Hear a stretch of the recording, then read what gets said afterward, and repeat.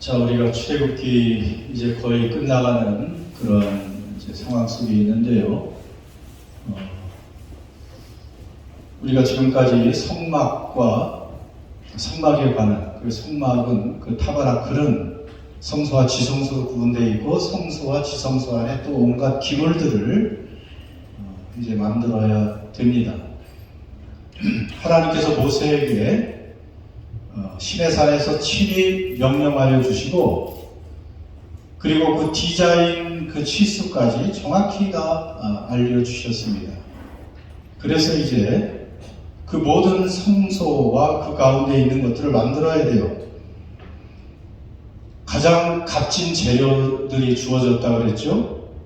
거기에 금실, 그리고 온갖 색깔의 실들, 가는 세마포라고 했지만 가는 그 마지 종류의 그런 천들과, 그리고 각종 보석들이 주어졌죠. 그리고 하나님이 최고의 디자이너인 하나님께서 디자인하셨습니다. 자, 그래서 성소와 그 가운데 모든 기물들이 가장 아름답고 거룩하게 만들어져야 돼요. 근데 생각해 보니까 여러분, 그러면 그것을 누가 만들었어요? 직접 모세가 만들었습니까? 하나님께서 모세에게 만들려고 하셨기 때문에 모세는 걱정이 됐을 거예요. 하나님께서 분명히 그 모든 디자인을 다 머릿속에 입력해 주셨고, 이제 그걸 그대로 만들어야 되는데 모세가 그것을 할 수 있을까요? 모세는 할 수 없었습니다. 모세에게 주신 하나님의 은사는 다른 것이었어요. 그렇기 때문에 모세는 그것을 만들 수가 없고 다른 사람을 통해서 만들게 된 것입니다. 여러분, 그 성소와 그 성소 안에 들어있는 그 수많은 기구들을 하나님의 마음에 들게 거룩하고 아름답게 만들려면 정말 복잡하고 정말 좋은 그 기술과 실력이 있어야 그걸 만들지 않겠습니까? 모세는 직접 그것을 만들 수 없었고요. 하나님께서 친히 그 성소의 일을, 하나님께서 명하신 그 일들을 할 사람을 이미 선택해 놓으셨습니다. 2절 보세요. 영어 성경 같이 띄웁니다. 2절 같이 읽습니다. 시작. 내가 유다 지파 훌의 손자요 우리의 아들인 부살레를 지명하여 부르고. 누구를 하나님이 선택하셨어요? 부살렐이죠. 부살렐인데 유대 지파 훌의 손자요 우리의 아들이고 그런 사람인 부살렐을 지명하여 불렀다. 참 하나님께서 이렇게 또 그 아름다운 거룩한 성소와 성스러운 기물들을 만들 사람을 하나님은 또 미리 이렇게 선택해 놓으셨다는 것입니다. 여러분, 부살렐이라는 이름의 뜻이 뭐냐면 하나님의 보호 그늘 아래서 In God's protecting shadow라는 그런 뜻이 있습니다. 부살렐을 하나님이 선택하셨는데 그 이름 자체가 하나님의 보호 그늘 아래서. 여러분, 그 성소가 하나님이 거하시는 곳이고요. 하나님이 이스라엘 공동체 안에 임재하신다는 것은 하나님이 그들 전체를 보호하시기 위해서, 인도하기 위해서 오신 하나님 아닙니까? 그 성소는, 하나님의 임재는 그런 기능을 가지고 있는데, 하나님이 성소의 총감독자로 부르신 사람이 부살렐인데, 이 부살렐이라는 이름 안에 그 하나님의 이 프로텍팅 섀도우, 그 보호하는 그늘이라는 이름을 가진 사람을 하나님이 이미 선택하셨습니다. 그리고 다음에 나오겠지만 6절에 오홀리압이라는 사람도 있는데, 오홀리압이라는 말은 또 더 구체적이에요. 하나님은 나의 텐트, 장막이시다. 그런 이름이에요. 지금 거룩한 홀리 텐트, 타바나클을 만들고 있잖아요. 그런데 하나님께서 또 부살렐을 도우라고 오홀리압이라는 사람을 또 선택해 주셨는데 그 사람의 이름은 하나님은 나의 텐트, 장막이시다. 지금 텐트를 만들고 그 안에 있는 물건들을 만들잖아요. 자, 하나님은 이렇게 모세를 통해서 명령하셨지만 그 일을 직접 수행할 총감독자로 부살레를, 부감독자로 오홀리압을 친히 선택하시고 미리 그렇게 준비하고 계셨다는 것입니다. 참 하나님께서 하시는 일을 보면 이렇게 놀랐습니다. 그냥 뭐 아무것도 없는데 맨 땅에 헤딩하라는 듯이 그렇게 하라는 분이 아니에요. 우리가 순종만 하면 하나님께서 다 이렇게 미리 준비해 놓고 계신다는 것입니다. 하나님의 일을 하기 위해서 하나님께서 사실 모세를 선택할 때 우리가 알지 않습니까? 하나님이 모세를 선택하실 때, 이스라엘을 430년 이집트의 노예살이에서 선택하실 때 그냥 하나님께서 아무 사람이나 준비한 게 아니잖아요. 그 이집트 바로 왕, 가장 잔인한 바로 왕 시대에 모세를 태어나게 하셔서, 그래서 히브리 백성 이스라엘 남자애들은 태어나는 즉시 죽여야 되기 때문에 감추고 있다가 할 수 없이 나일강으로 보내버렸죠. 그런데 바로 궁의 공주가 그 모세를 건지게 하셔서 그 모세가 당시 최고의 학문인 애굽에서 공부하게 하고, 그래서 리더의 준비를 하게 하시고, 그것만 가지고 안 되니까 사막 광야로 보내셔서 40년을 또 거기서 훈련시키시고, 그 다음에 모세를 하나님께서 사용하시고 보면 하나님은 다 지금 다 사람을 준비하고 계신다는 것입니다. 그래서 하나님은 사람을 선택하신 후에 그 다음에 3절에 보면요, 하나님의 영을 그에게 충만하게 하여 지혜와 총명과 지식과 여러 가지 재주로 정교한 일을 연구하여 금과 은과 노스로 만들게 하며, 여러분 이런 일을 하기 위해서 또 무엇을 하나님께서 해주십니까? 하나님의 영, 선택한 그 사람에게 하나님의 영, 성령님을 충만하게 해주셔서 그 일을 감당하게 해주신다는 것입니다. 여러분 이렇게 여기 하나님의 영으로 충만하게 해주셨다. 누구를 충만하게 해주셨다는 거예요 지금? 누굴 불렀다고 그랬어요? 부살레. 그 부살레에게 하나님의 영을 충만하게 해주셨다는 것입니다. 여기 이렇게 하나님의 영이 충만했다. Filled with the Spirit of God. 이 하나님의 영으로 충만했다는 이 단어가 구약에서 처음 나오는 부분이 이 부분인데, 성령으로 충만하게 해준 그 사람이 누구예요? 목사도 아니고 선교사도 아닙니다. 부살렐이라는 이 성막의 총감독자에게, 이 기술자에게 사실은 성령으로 충만하게 해주셨다는 거예요. 여러분 부살렐은 무슨 목사 선교사도 아니고 방언과 예언을 하는 사람도 아니고 신의 은사를 가진 사람도 아닌데, 하나님은 그가 가진 재주, 그 기술, 그 장인의 기술을 최대한 활용하고 발휘하도록 하나님께서 그에게 성령으로 충만하게 해주셨다는 것입니다.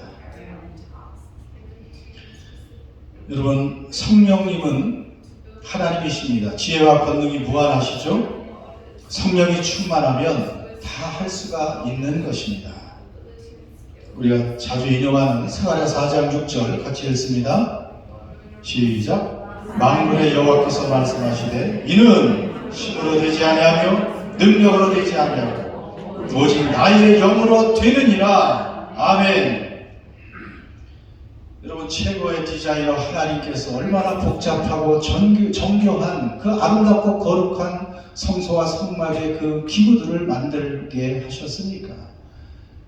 그런데 그것을 인간의 힘으로 할 수 있는 것이 아니에요. 그래서 하나님은 성령으로 충만하게 하시고 성령님이 그에게 지혜와 총명과 지식과 여러 가지 재능을 주셨다고 말씀하고 있습니다. 여러분 무슨 일을 제대로 하려면 사실은 지혜가 필요합니다. 지혜로운 사람이 잘하지 않습니까? 지혜와 또 지식과 명철, 총명 이런 것이 있고 이제 거기다 재능이 하나님이 주신 재능이 발휘될 때 정말 작품을 만들어낼 수가 있는 거예요. 작품을 그때 만들어낼 수가 있습니다. 지혜와 지식이 있어야 하나님이 무슨 일을 시켰는지 무엇을 만들지 머리에 그것이 다 이해가 돼야 뭘 만들지 않겠습니까? 그리고 하나님은 부살렐에게 실제적으로 금은 동을 가공하는 기술, 새기는 기술, 그리고 그 아름다운 대제사장의 옷들을 또 섬세하게 만드는 그런 스킬들을 구체적으로 하나님께서 다 주신 것이에요. 자, 이런 거 보면 하나님께서 다 주신 것이죠. 성령님으로 충만케 해주시고 지혜와 총명과 지식과 그 모든 스킬들을 하나님께서 주셔서 그 일들을 하게 하셨습니다. 자, 그런데요, 그래서 이제 성막이 만들어진 거예요. 그런데 6절을 또 계속 보면 6절 한 절 그 다음 있는 걸 보면 부살렐 혼자 합니까? 그 출중한 부살렐이라고 해도 혼자 할 수는 없어요. 그러니까 내가 또 단지파 아사막의 아들 오홀리압을 세워 그와 함께 하며, 자, 누구를 또 세웠어요? 오홀리압. 그 부살렐 오홀리압. 이런 거를 외울 수 있다면 외울 필요가 있을까요? 성경 꼭 시험에 꼭 이런 것까지 나올 필요는 없다고 봐요. 근데 오홀리압이라는 뜻은 아까 뭐라 그랬어요? 하나님은 나의 텐트다. 그러니까 이 텐트 메이커로 하나님이 부르신 거나 마찬가지잖아요. 그러니까 아무리 출중한 능력이 주어진 부살렐이라고 해도 돕는 사람이 없으면 중요한 일을 감당할 수가 없는 것입니다. 그러니까 하나님은 동역자도 보내주세요. 오홀리압이라는 참 또 지혜로운 오홀리압을 세워주시고, 자, 그러면 부살렐과 오홀리압 두 사람이 만듭니까? 그 다음에 보면 또 누가 동원돼요? 지혜로운 마음이 있는 모든 자에게 또 하나님이 더 지혜를 주어서 그들이 내가 되기로 명한 것을 다 만들게 할지니라. 6절에 오홀리압은 우리나라 성경에 빠져있지만 to help him, 부살렐을 돕기 위해서 그를 세우고, 또 지혜로운 사람들, 지혜롭다고 하는 것은 재주가 많은 그러한 장인들, 스킬이 있고 있는 크라프트맨, 이런 사람들을 하나님께서 또 다 동원해서 그 일들을 만들게 하는 것입니다. 그러니까요, 이 중차대한 하나님의 성소, 성전을, 거룩하고 아름다운 성전을 짓기 위해서 하나님께서 모세에게 보여주시고 부살렐, 오홀리압을 선택하시고 또 기술자 모든 사람들을 다 동원해서 이 일을 만드는데, 그럼 기술 있는 사람만 동원됐으니까 여러분 출애굽기 36장 5절에 한번 같이 읽습니다. 시작. 백성이 너무 많이 가져오므로 여호와께서 명령하신 일에 쓰기에 남음이 있냐 없나이다. 자, 모든 백성들은 무엇을 가져왔어요? 그렇죠. 그 성소와 기물들을 만들 모든 재료들은 다 백성들이 가지고 온 거예요. 그게 없으면, 재료가 없으면 어떻게 만들겠어요? 그러니까 여러분, 하나님께서 모세를 통해서 설계, 디자인, 설계도도 다 주시고 만들 사람들도 일꾼도 준비해 주시고 물질까지 넉넉히 주셔서 하나님의 성전을, 결국 성전을 아름답게 만들게 하신 줄 믿습니다. 오늘날 이것이 무엇을 의미합니까? 오늘날 우리에게 어떤 말씀입니까? 성막은, 이 성소 타버나클은 오늘 나중에 광야의 그 텐트 같이 작은 초라해 보이는 그 성소는 솔로몬 시대에 웅장한 성전이 되었죠. 예루살렘 성전은 그래서 유명합니다. 그래서 구약 시대에 하나님은 약속대로 성소와 성전에 임재하셔서 이스라엘 백성과 함께 하신다는 것을 보여주셨고 하나님의 영광을 드러내셨습니다. 그런데 오늘날에는 어떻습니까? 오늘날의 성전은 있어요? 솔로몬의 성전은 철저히 다 무너졌고요. 그 다음에 세운 스룹바벨의 성전도 무너졌고, 나중에 헤롯이 세운 그 웅장한 건물도 다 AD 70년에 로마에 의해서 철저하게 무너져 버렸습니다. 여러분, 더 이상 지금은 하나님께서 어떤 건물에 거하시는 것이 아니고, 그래서 하나님 오늘날 예수님께서 오시고 죽으시고 부활하시고 승천하신 다음에 누구를 보내셨어요? 우리에게 성령님을 보내주셔서, 그 성령님은 어디에 거하세요? 우리 안에 거하십니다. 성령님은 우리 안에 거하십니다. 믿는 우리들. 그러니까 성전은 누구예요? 우리 각 사람이 성전이고, 그 다음에 그 성전들이 모인 사람들이 성전인 거예요. 그 모인 무리들이 성전이지 건물이 성전이 아니라는 것을 여러분들 잊지 마시기 바랍니다. 그래서 예수님을 믿는 내가 성전이니 나를 거룩하고 아름답게 가꿔야 되죠. 예수 믿는 우리 모임이 성전이니 우리 모인 무리를 아름답게 가꾸어야 됩니다. 여러분 생각해 보세요. 우리가 이렇게 모인 곳이 성전이에요. 이 건물이 성전이 아니에요. 우리 모임, 이 사람들의 모임이 성전이란 말입니다. 그런데 하나님이 여기 거하셔야 되는데 모인 사람들끼리 분열하고 싸우고 질투하고 미워하고 다투고, 여러분 이러면 이 모임 가운데 하나님이 거하시겠어요? 거하실 수 없는 거예요. 성전이 될 수 없는 것입니다. 과거에 하나님께서 그런 아름다운 재료들을 가지고 기술 있는 사람들을 위해서 성전을 아름답게 만든 그곳에 하나님이 계신다고 약속했지만, 오늘 우리가 성전이기 때문에 예수 그리스도를 고백하는 우리들이 성전이고, 그 다음에 우리 모임 자체가 성전이기 때문에 우리 각자가 어떻게 해야 모이겠어요?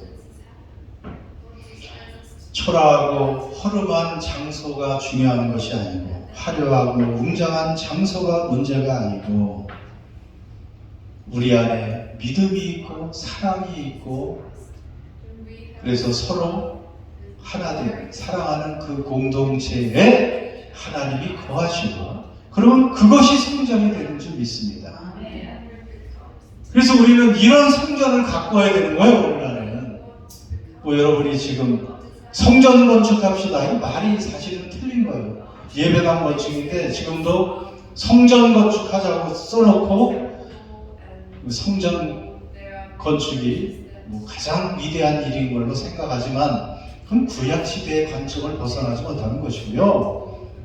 오늘날의 진짜 성전은 나 자신을 하나님 앞에서 아름답게 가꾸는 것이고, 우리 성도들이 서로 아름답고 화목하고 사랑의 그 주님의 사랑으로 하나됨을 유지하게 하는 그 사람이 진짜 성전을 아름답게 가꾸는 사람인 줄 믿습니다.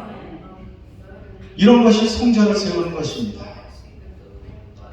그러면 과거에는 부살렐, 오홀리아, 재주 있는 사람, 이런 사람들인데, 오늘날은 누가 그럼 이 성전을 아름답게 거룩하게 만들어야 돼요? 만들 수 있어요?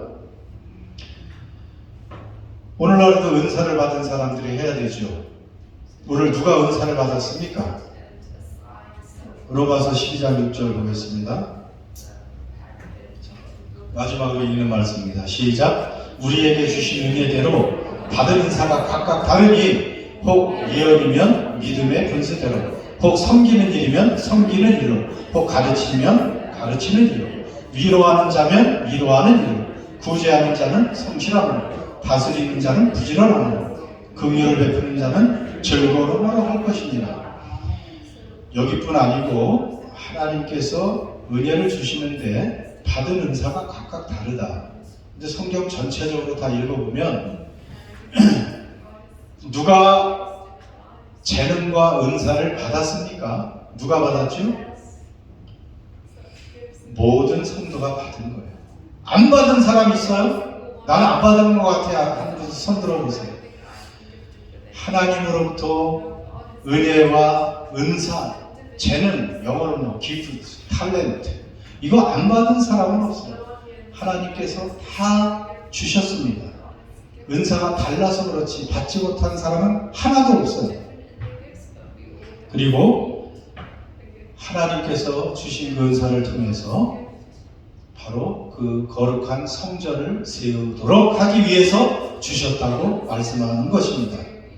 고린도전서 12장에도 한 몸의 지체로 비유합니다. 예수 안에서 한 몸이 되었고 우리는 다 지체, 몸의 일부를 이루는 사람들이 된 것이에요. 그러니까 기능이 달라서 그렇지 역할은 다 해야 되는 거예요. 나는 보면 뭐 새끼발가락만도 못해. 새끼발가락 같아. 이런 사람들. 새끼발가락이 없으면 어떻게 돼요, 우리 몸이? 얼마나 불편하고 불구자가 되는 거예요. 불구가 되는 것입니다. 그러니까 우리는 어떤 사람이든지 예수님 안에서 모두 다 은사를 받았고요. 그런 은사와 재능들은 다 하나님을 위해서 사용해야 돼요. 하나님의 성전을 위해서 사용해야 되는 것입니다. 마지막으로 한 사람 이야기를 하면서 마칩니다. 제가 어떤 강좌를 듣다 보니까 지금 한국의 카이스트 그 인재들이 가는 대학이죠. 대전에 있는 카이스트의 교수로 있는 배상민이라는 교수님이 계십니다. 이 사람은 뉴욕 파슨스 디자인 스쿨의 최연소 교수가 된 사람이에요.